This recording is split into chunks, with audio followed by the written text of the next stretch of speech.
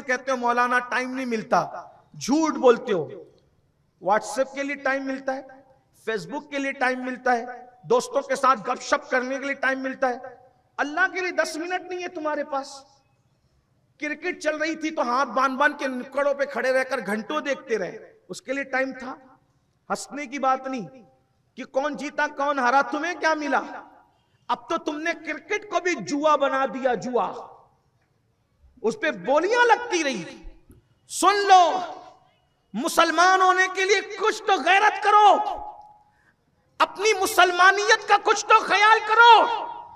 फरमाया गया जो जुआ खेलेंगे दुनिया में, कल उनके हाथ सूअर के खून में रंगे हुए होंगे। कयामत के दिन, कयामत के दिन वो इस हालत में उठेंगे कि उनके हाथ सूअर के खून में रंगे होंगे। दुनिया ही सब कुछ है। अल्लाह के बंदो, मेरी कौम के जवानों, कुछ भी करो, कितनी अय्याशियां करो, कितनी दौलत कमा लो, कुछ भी कर लो, एक दिन मरना है मरना। मौत से क्यों छुपते हो? और याद रखना, मौत को क्यों भूलते हो? कितना भी छुपो मौत से, मौत तुम्हें हर जगह आके रहेगी। मेरा अल्लाह कुरान में इरशाद फरमाता है, ऐनमा तकुनु युद्रिकुमुल मौत वलौ कुंतुम फी बुरूजिन मुशय्यदा। अगर तुम मजबूत किले में जाकर छुप जाओगे तो तुम्हें वहां भी मौत आकर रहेगी। मौत से छुप नहीं सकते। मौत का आहीनी पंजा तुम्हें हर जगह जकड़ेगा। उस वक्त पछताओगे। हाँ हाँ, और जुओं के अड्डों पे जाने वालों, शराब के अड्डों को आबाद करने वालों, सट्टों को आबाद करने वालों, जिना के अड्डों को आबाद करने वालों, अपने कमजोर जिस्म पे रहम करो। छिपकली और चूहे से डरने वालों, अल्लाह के अजाब से क्यों नहीं डरते? अल्लाह का वो दर्दनाक अजाब जिसको ना पहाड़ उठा सके, अल्लाह का वो दर्दनाक अजाब जिसको ना आसमान उठा सके ना जमीन उठा सके, उस अजाब को हमारा कमजोर सा जिस्म कैसे उठाएगा? और याद रखना, यहां तुम्हारी दादागिरी बाबागिरी सब चलेगी, अल्लाह के यहां किसी का कुछ नहीं चलेगा। मेरा अल्लाह इरशाद फरमाता है, व तुकल्लिमुना ऐदीहिम व तशहदु अर्जुलुहुम बिमा कानू यक्सिबून। अल्लाह तुम्हारे मुंह पे मुहर लगा देगा और तुम्हारी चर चर चलने वाली जबान को बंद करेगा और तुम्हारे आज़ा अल्लाह की बारगाह में गवाही देंगे। इंसान उस वक्त पछताएगा, ये मेरे आज़ा थे या अल्लाह के जासूस। इंसान की आज़ा उसके खिलाफ गवाही। इंसान रोएगा, गिड़गिड़ाएगा, अल्लाह की बारगाह में मिन्नतें करेगा, मौला मुझे दुनिया में जाने दे, सिर्फ 2 रकात नमाज पढ़ने का मौका दे दे। इरशाद होगा, बंदे पूरी जिंदगी दी थी इबादत के लिए, उन्हें खेल में, कूद में, अय्याशों में, आवारगियों में गंवा दिया। बहुत कीमती लम्हात जाय कर रहे हो मेरे भाइयों, बहुत कीमती लम्हात जाय कर रहे हो। गफलत में कब तक रहोगे? कहां गया नमरूद, कहां गया फिरौन, कहां गया बुख्त नस्र, कहां गया यजीद, कहां गए उन जैसे जालिम बादशाह? मौत है मौत। मौत की तैयारी कर लो, आखिरत की तैयारी कर लो। बारिश से पहले अगर छत गलती हो तो छत को दुरुस्त कर लेते हो कि पानी ना गिरे। कब्र में अजाब से बचने के लिए क्या तैयारी? सर्दी से पहले गरम गरम कपड़े, स्वेटर, शॉल क्या क्या खरीद के रखते हो। कब्र की गर्मी से बचने के लिए क्या इंतजाम किया? अल्लाह की अजाब से बचने के लिए क्या इंतजाम किया? उसके लिए बेहतरीन इंतजाम है, अल्लाह के हो जाओ, अल्लाह की तरफ आ जाओ।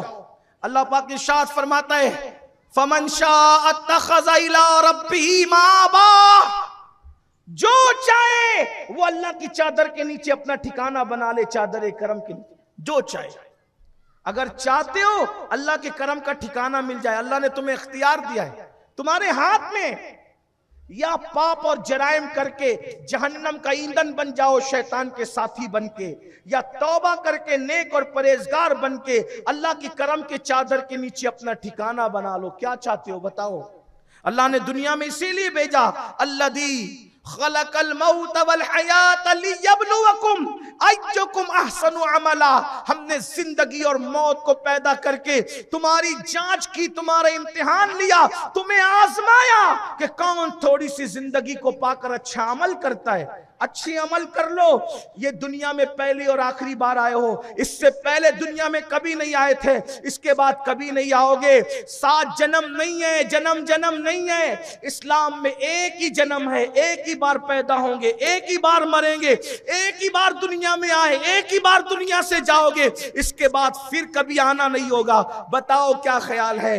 2 मिनट के जिना से वो करोड़ों साल का अजाब मोल लोगे? शराब के कड़वे घूंट पीकर सूअर और बंदर बनोगे जहन्नम में? नमाज छोड़कर 10 मिनट का टाइम ना निकाल कर कयामत तक कब्र की आग में जलते रहोगे? बताओ क्या ख्याल है? ये बात अगर सिर्फ मौलवी साहब ने कही होती तो शायद इतना यकीन ना होता, कोई सियासी लीडर ने कही होती इतना यकीन ना होता, लेकिन ये मौलवी और लीडरों की बात नहीं, ये तो मौला मुस्तफा जाने रहमत की बात है।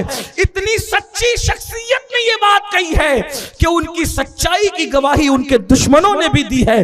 जिसके दुश्मन भी जिसकी सच्चाई की गवाही दे, उस रसूल ने फरमाया, अल्लाह के बंदो तुम्हें डर नहीं लगता अल्लाह के अजाब से? सोचो, पिस्सू काट ले तो इतना तड़पते हो, चूटी काट ले तो बेचैन हो जाते हो, मच्छर का डंक बर्दाश्त नहीं कर सकते मेरे भाइयों।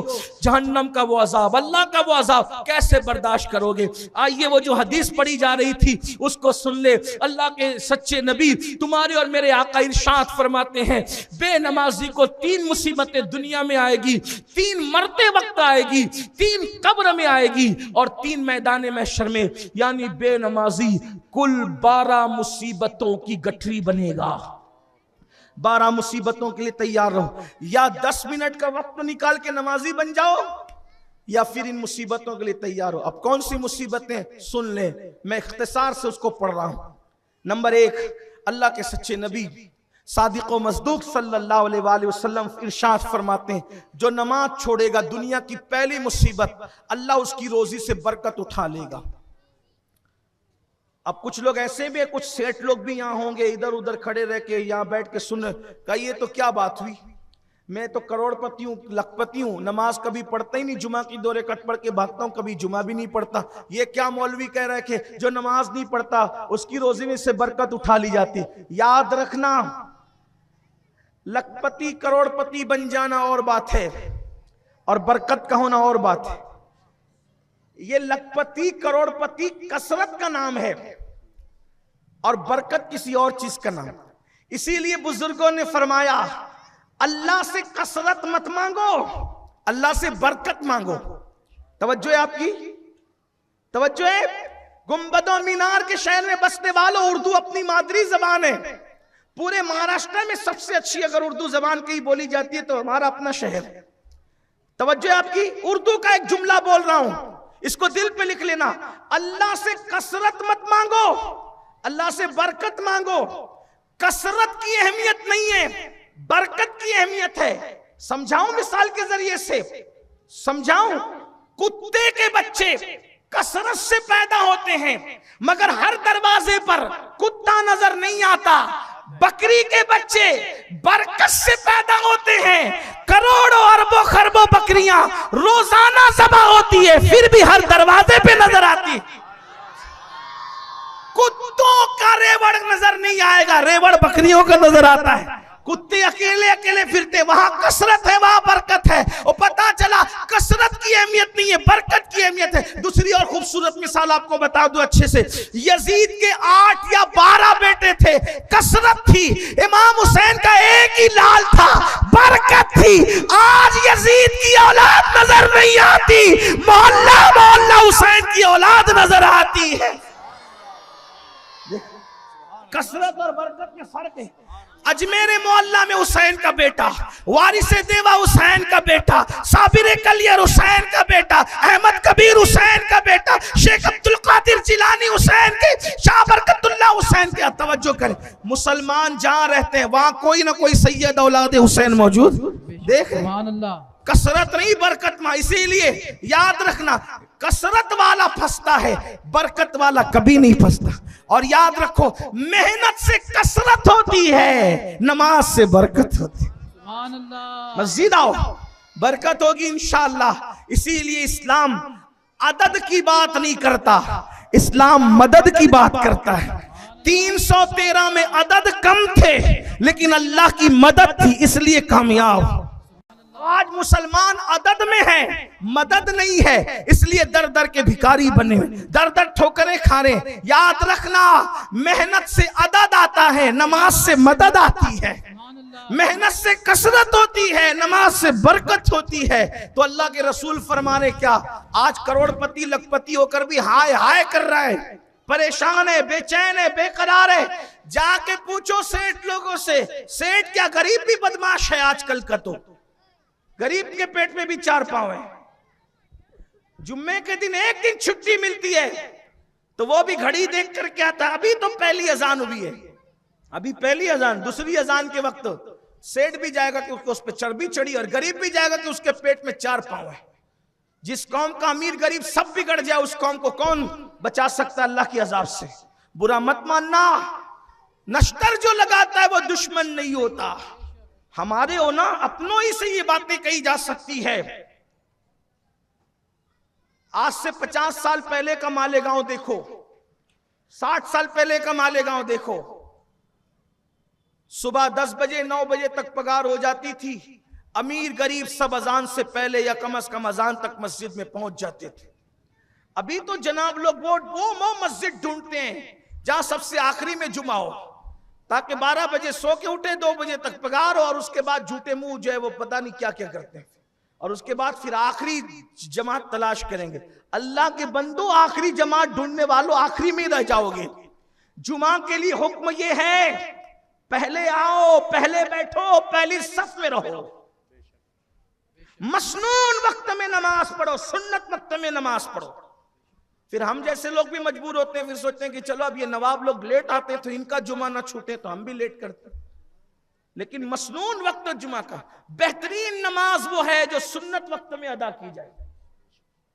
ये तो यजीद के दौर से बिदअत शुरू हुई ना। यजीद के दौर में वो तकरीर इतनी लंबी करता था, या उसके उम्माल इतने लंबी तकरीर करते थे, कभी कभी असर का वक्त शुरू हो जाता, बल्कि कभी कभी तो असर का वक्त भी गुजर जाता। ये हाल था। ये सारी बिदतें उसके दौर की जो जिस पे तुम अमल कर रहे हो। हालांकि इतनी देर तो नहीं करते आप, लेकिन बहरहाल कहीं ना कहीं आप गफलत का शिकार हो रहे हो। कितनी गफलत करोगे? तो पहली मुसीबत बेनमाजी को जो आती है, बरकत जाती है। देखो, अल्लाह बरकत उठा ले, किसी मुल्ला में ताकत नहीं मेरे भाई की वो बरकत ला दे, बड़ी माजरत के साथ। हाँ, जब बेचारा नमाज रोजे वाला मुल्ला बरकत नहीं ला सकता, तो वो लोग जिन्हें बेचारों को इस्तिंजा की सुन्नत नहीं, फिर वो आपको उठ पटांग आकर के मंत्र जंतर देते हैं कि हम ये कर देंगे, उतारा कर लो और बंदिश कर लो और ये कर लो और वो कर लो, लबान ले आओ, लिमू ले आओ, धागा ले आओ। नादान, एक सजदा कर, सजदा हो जाए। हंसने की बात नहीं है, मैं किसी का मजाक नहीं उड़ा रहा हूं, हंसने की बात नहीं मेरे भाई।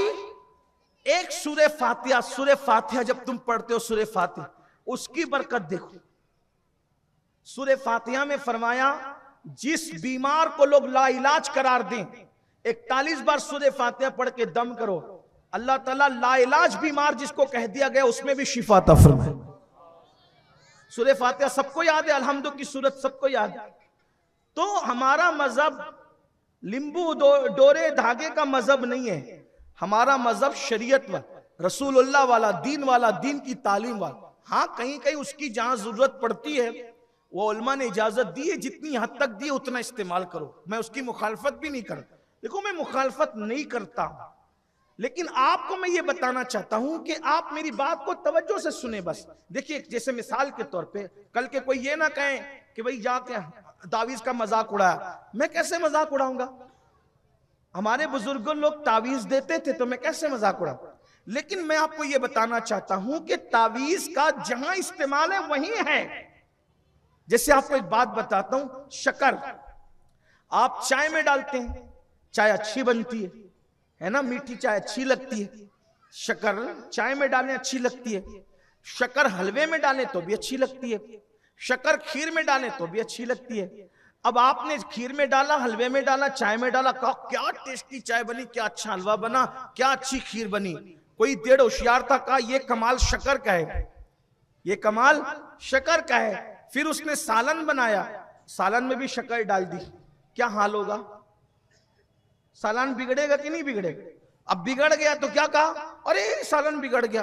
अल्लाह के बंदे, शक्कर की जहां जरूरत थी वहां इस्तेमाल किया तो मजा आया, और जहां जरूरत नहीं थी वहां इस्तेमाल किया तो क्या हुआ, मजा किरकिरा हो गया। तो ऐसे ही तावीज भी किसी ने जादू किया, कोई सहर हो गया, कोई जिन्नात सता रहा है, पर ये हो रहा है, तो वहां इस्तेमाल करोगे तो उसका असर है। लेकिन जहां नाराज होकर अल्लाह ने बरकत उठा ली, बोलो वहां तावीज असर करेगा। ये मसला, ये आपको समझा, मजाक नहीं उड़ा रहा हूं। वरना यहाँ कोई मेरा ऐसा भाई बैठा हो कि जो दुआ तावीज करता हो या जो दुआ लेता हो, तावीज लेता हो, बोले कि यार ये क्या बात की। मैं आपको नाराज नहीं कर रहा हूं, मैं आपको बताना चाह रहा हूं भाई जिसकी जरूरत जहां है वहीं आप उसको इस्तेमाल करें तो बात बनती है, वरना नहीं बनती बात। तो नंबर 1, जो नमाज छोड़े अल्लाह उसकी रोजी से बरकत उठा ले। नंबर 2, जो नमाज छोड़ता है अल्लाह पाक उसकी उम्र से भी बरकत उठा लेता है। आप उसको अपनी नजर से देख लो। अभी पहले लोग 100-100 साल जीते थे, 90-90 साल जीते थे। अभी 40 साल की उम्र में कुर्सी पर आ जाता है, घुटने में दर्द है, इसमें तकलीफ है। अब ऐसा नहीं कि भाई जिसके घुटने में दर्द हो वो सभी गुनहगार है, ऐसा नहीं कह रहा हूं, लेकिन आप बात समझे मेरी बात। कभी कभी ऐसा होता है ना कि नेक लोगों के भी दर्द होता है घुटने में, यानी माहौल है, माहौल है, माहौल है। और एक बात, बल्कि हजरत मूसा कलीम अलैहिस्सलाम ने अर्ज की, मौला गुनाह कुछ लोग करते हैं, तेरा अजाब तो सब पे आता है, ऐसा क्यों है? तो अल्लाह ने उसी वक्त चूटी को हुक्म दिया कि हजरत मूसा को काटे। चूटी ने काट लिया, आपने हाथ मार दी। जब हाथ मारा तो जिस चूटी को मारा वो तो मरी गई, नीचे जितनी है वो सब मर गई। इरशाद हुआ, मूसा जवाब मिला, एक ही चूटी ने काटा था ना, इतनों को क्यों मार दिया? अर्ज की, मौला इतनों को नहीं मारा, दरअसल जो उसके इर्द गिर्द थी वो भी जद में आ गई। तो इरशाद हुआ, मेरे कलीम ये शान है हमारी कि गुनाह एक करता है लेकिन उसके इर्द गिर्द जितने होते हैं वो सब उसकी जद में आते हैं। ये चीज तो गुनाह, बल्कि अल्लाह के रसूल तो सहाबा को नसीहत करते थे। हजरत अबू हुरैरा से फरमाया, अबू हुरैरा बेनमाजी के साथ ना बैठा करो, उस पर आसमान से लानत बरसती है, लानत बरसती आसमान से बेनमाजी पर, मत बैठा करो उसके। ये हुजूर फरमा रहे साहबा से। तो लोग पहले 70-70 साल, 80 साल, 90 साल, 100 साल, कुछ लोग तो 100 से भी क्रॉस कर जाते थे, फिर बगैर चश्मे के किताब भी पढ़ते थे, कुरान भी पढ़ते थे। आज आप देखो 40 साल में लटक जाता है और 60 साल के अंदर फिर चला जाता है दुनिया से। और अगर जीता भी है 60 साल के बाद तो आदमी मौत मांगता, इतना परेशान हो जाता है, इल्ला माशाअल्लाह, है ना। ये तो उम्र से बरकत। 95% मुसलमान नमाज नहीं पढ़ रहे हैं, 95%, 5% पढ़ते, 5%। अल्लाह के बंदो, अल्लाह से जुड़ो, अल्लाह के करीब आओ, रोजी में बरकत होगी, उम्र में बरकत होगी इंशाअल्लाह। और तीसरी चीज फरमाई, जो नमाज छोड़ देता है अल्लाह उसके चेहरे से मोमिनाना नूर छीन लेता है। आज हर जवान हमारा, लड़की लड़के सब चाहते हैं मैं खूबसूरत दिखूं, लड़के चाहते हैं मैं स्मार्ट दिखूं, लड़कियां चाहती हैं मैं खूबसूरत दिखूं। उसके लिए बहुत पैसा खर्च करते हैं। कॉस्मेटिक आइटम बहुत बिक रहा है इस वक्त, दुकानें खुल रही है। मैं मना नहीं करता, अगर किसी कॉस्मेटिक आइटम के अंदर हराम की मिलावट नहीं है, अच्छा साबुन इस्तेमाल करो, अच्छी बात, अच्छा फेस वॉश इस्तेमाल करो, अच्छी बात। लेकिन कितना भी महंगा साबुन, फेस वॉश, क्रीम, कुछ भी इस्तेमाल कर लो, 2, 4, 6 घंटे से ज्यादा चेहरा नहीं चमका सकते, चमड़ी नहीं चमका सकते, बल्कि लोगों के चेहरों पे हवाइयां उड़ रही है। नौजवान छोकरे ऐसे लगते हैं जैसे कि 40-45 साल हो गए इसको, 16-16, 17-17 साल के लड़के ऐसे बेनूर और बेरौनक, आंखें उनकी सुनी सुनी, पीली पीली आंखें, गंदी गंदी आंखें, अंदर गाल धसे हुए, ये हाल है। हमारे जवान खिले खिले रहते थे, उनको देखकर लोगों को प्यार आता था, लोग फिदा होते थे हमारे जवानों पर। ये जवानी थी अपनी, कब तक? जब तक सजदा करते थे, सजदे का नूर था। अब अल्लाह के रसूल फरमाने नमाज छोड़ोगे तो तुम्हारे चेहरे का नूर जाएगा। अरे नूर हासिल करने के लिए कितनी मेहनत कर रहे हो। अल्लाह के रसूल ने फरमाया वुजू कर, नमाज पढ़, जब तक जिंदा रहेगा चेहरा चमकेगा, मरेगा तो जनाजे में भी तेरा चेहरा चमकेगा, कब्र में जाएगा तो भी चेहरा चमकेगा, और जब क़यामत के दिन उठेगा तो तेरा चेहरा 14वीं रात के चांद की तरह चमकेगा। सुभान अल्लाह। अल्लाह पाक इरशाद फरमाता है सीमाहुम फी वुजूहिम मिन असरी सुजूद, हमने सजदों की बरकत से उनके चेहरों को चमका दिया, सजदों के निशान से उनके चेहरे चमके। ये आयत पाक का मफहूम है। तो 3 मुसीबतें क्या, रोजी से बरकत जाएगी, उम्र से बरकत जाएगी, और तुम्हारे चेहरे का नूर उठ जाएगा। चमड़ी कितनी भी सफेद होगी अच्छे नहीं लगोगे। अच्छे लगने के लिए बहुत मेहनत कर रहे हो, अच्छा लगना है सजदा करो।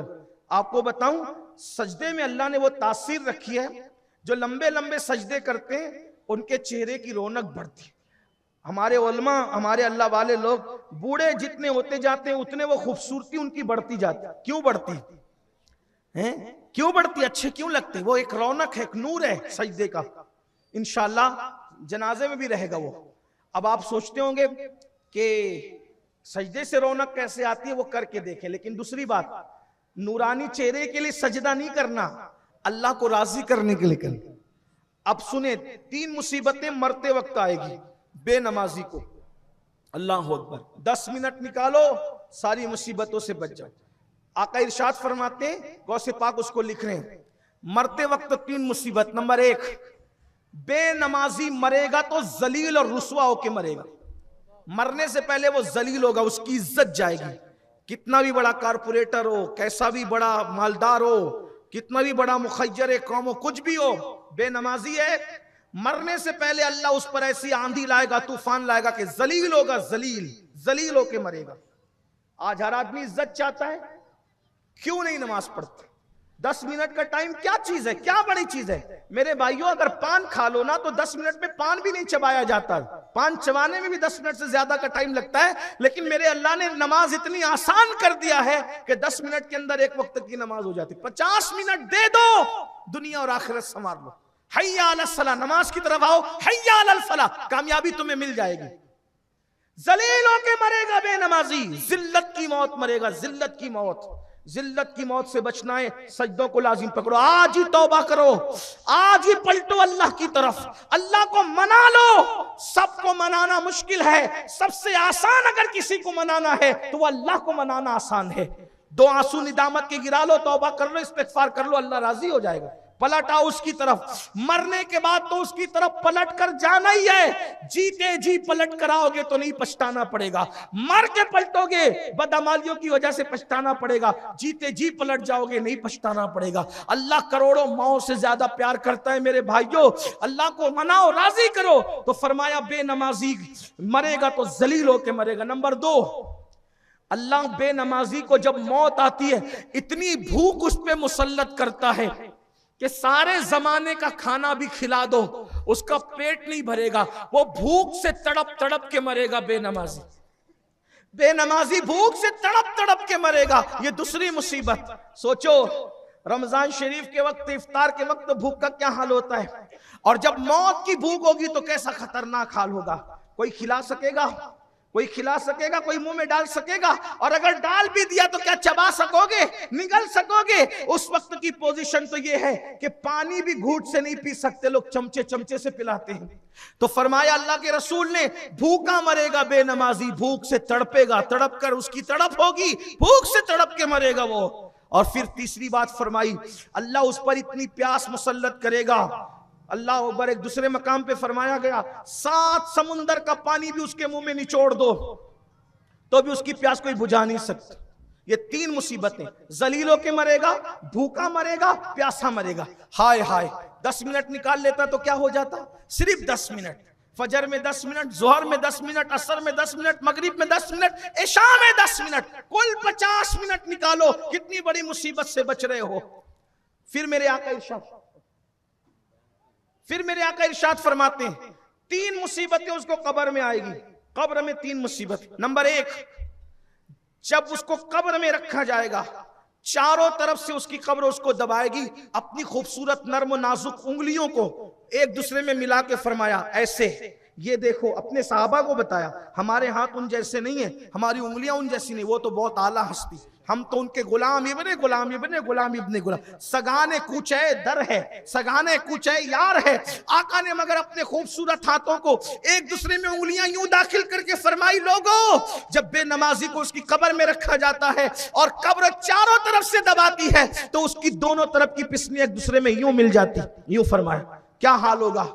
ये पहली मुसीबत। नंबर 2, उसकी कब्र, इतना अंधेरा होता है कब्र में, इतना अंधेरा कि एक हाथ को दूसरा हाथ सुझाई नहीं देता, अंधेरा होता। नंबर 3, आग होती है, आग, और उस पर अल्लाह एक सांप मुसल्लत करता है आग के साथ। अच्छा, आग जलती है तो रोशनी होती है, कब्र की आग में रोशनी भी नहीं है, अंधेरा ही अंधेरा है, वो आग भी तारीख है, उस आग में भी अंधेरा है, और उस पर एक सांप, उसका नाम अल्लाह के रसूल फरमाते हैं, उसका नाम है शुजाउल अकरा, उसका नाम शुजाउल अकरा है।